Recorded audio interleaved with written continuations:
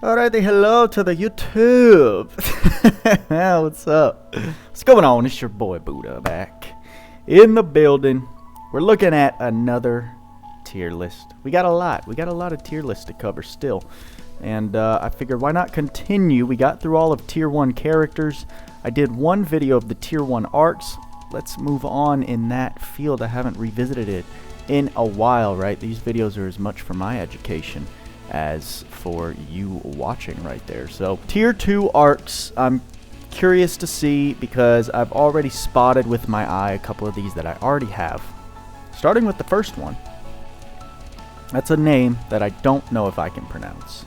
Sakuratsuki? Sakuratsuki. That's what we're gonna go with the quotation marks right there. I know I just pulled this. I believe it's like Ghost something. No, I can't remember what it is in game. Okay, yeah, I was on the right track. Ghost Hime Ogetsu is what it's called in the global version. I did just recently pull this with on my Alice ticket summons. You can go check that out. I'm gonna put the video link somewhere up there, I think that way. Looking at the rating, they have it as an 8 out of 10. The characteristic gives it an S. I believe that is the ability. The acquired skills are an S, and then the ether reward is just an A. It's an SSR. You got to spend red souls in order to use it. Level 10, the ability is that when damaged, it has a chance to apply Brave, Aura, Critical, or Haste to the Darkness attribute magic attack. Gives a curse effect to all enemies at the beginning of the battle. I don't know what cursing does to the enemies when it happens, so I need to figure that out. The ether reward is Rei Kokuni, Glossy Princess Flower, HP plus 700, MP 25, Defense 125, Mind 117, Attribute none, and it's for women only. Gives the 20% debuff to the enemy who defeats you. Gives 2 random basic conditional abnormalities. So it's a really good defensive stats. And if it's equipped to a woman, if they kill that woman character, then they get this debuff applied to them. So that's only ranked an A, not a highly sought out piece of equipment there. These are all the different skills it can give. Moonlight, Dark Boost, Damage Absorption, Darkness Invalid, Evil Ghost, Tellermel's 2. Here's the different steps at which you level up the ARK, how the ability changes. Here's features and ether reward commentary. Ghost Hime can learn Tellermel's 2. Tellermel's 2 is a skill that increases damage to enemies in abnormal conditions. Gotcha. A party centered around Logia can give abnormal conditions with normal attacks and feats, and a character that produces firepower after being paralyzed by using the brilliance of Thunder Jewels. You can add a curse with the ARK characteristics. Can give a curse with the probability by hitting darkness magic with the ARK characteristic. The curse state is a state abnormally in which the feat cannot be used. It is a good idea to learn darkness magic on the ability board and equip it to Swimsuit Tinkery that can be supported by the debuff. Huh, interesting. Here's the stat boost that it gives. HP 2300, MP 49, Strength 116, Defense 173, Int 276, Mind 310. So obviously they want you to put it on top of a spellcaster. Looks like it's going to cost upwards of 300k to red souls to upgrade it fully, and then 420 to spend every time you want to bring it into battle. ARK Extend, I need to look into this more and figure out how to optimize this feature. Right now I'm just kind of holding on. I haven't touched the Extend feature for any ARKs because I want to understand it a bit more. Looking at this second ARK, Nono Pakura in the Deep Sea. Looks like it's got an 8 out of 10 as well. Its ability is actually a double S. The acquired skills are an A, and then the ether reward is just a B. So at level 10, the ability at the beginning of the battle, skill cooldown timer of all, or skill charge timer of all skills recovers for 15 seconds. Physical damage increased 20% when MP is low. Strength down from enemies is disabled. This actually would fit very well on top of Alice, because by using her auto slayer mode and just proccing that, decreasing her MP. I don't know what MP is low means, but if you can drop her MP down enough, then it increases her physical damage. Strength down from enemies is disabled. And then her skill charge time is just increasing faster, which she already has a really quick one. The reward is this armor, HP 200, defense 192, mind 146, and it adds fish to the nun type. Interesting. Different skills that you can acquire: Brave stock feature, skill charge 1, fast ice wall, brave feather, stance disabled, and grand brave. So it's giving you the brave effect, which I believe enhances your defense.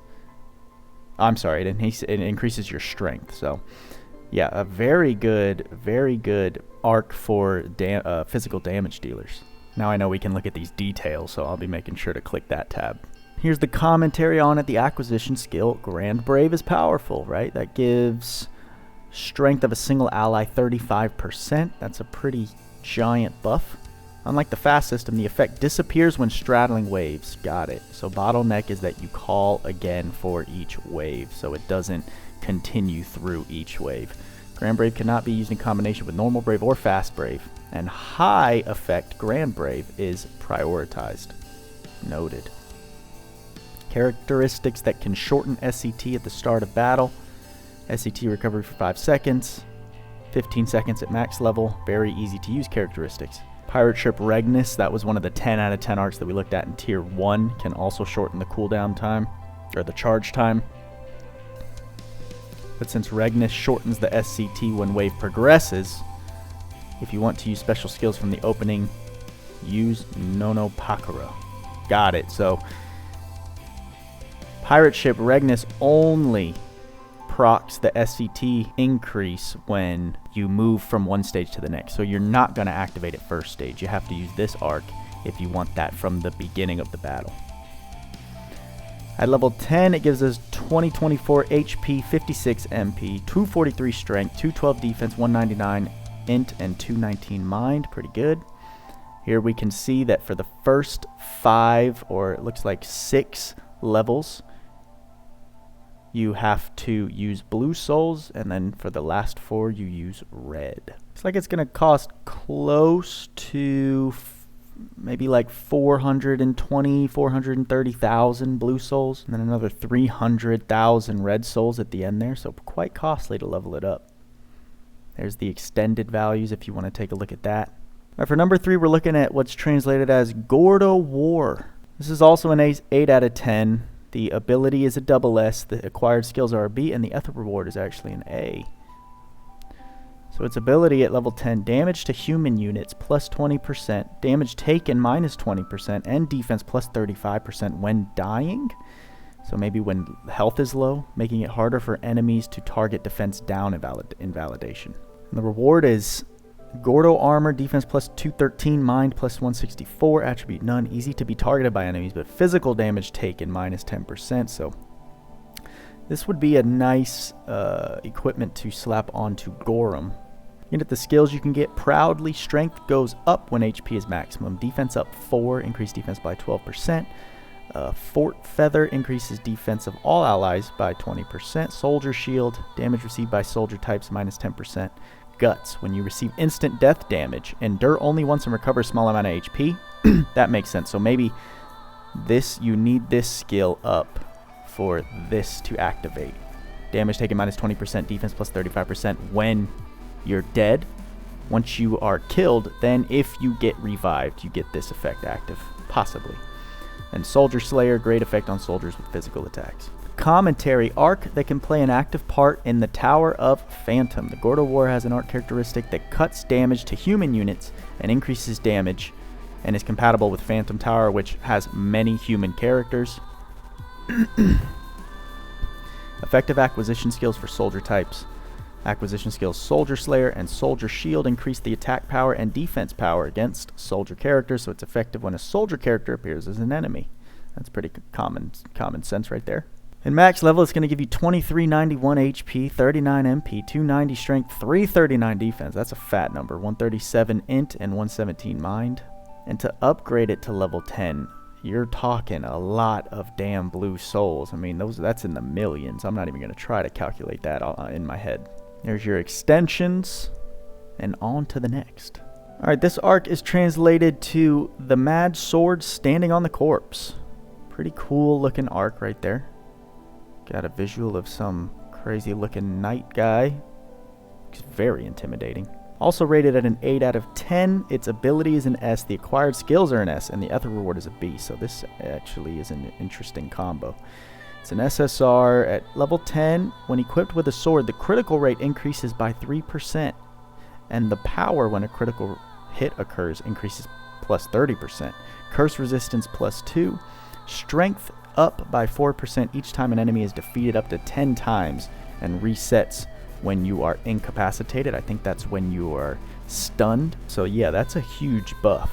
So you can get up to 40% each time an enemy. Do you have to defeat the enemy, or is it whenever your team kills an enemy? Because that would be pretty crazy. And it sounds like that carries through each wave. The other reward is Magic Sword Crest Bane. Attribute at the start of the dark battle. Have the mind and add half of reduced mind value to strength. Huh? Okay. It's going to add some of your mind value to your strength. But I don't understand this. At the start of the dark battle. So you're going to take more magic damage, but you're going to be hitting a lot harder. Here's the skills you can learn. Counter is a very useful one. Attack up 3, increases strength by 8%. Soldier Killer, great effect on soldiers. Dark Research, when attacking normally there's a chance that the enemy will be darkened. Aiming at key points / breaking increases power when critical hits occur by 50%. And then Sword High Boost increases the power of physical attacks by 30% when equipped with a sword. That's a really good skill to teach. The Commentary, strong acquisition skills as we just saw.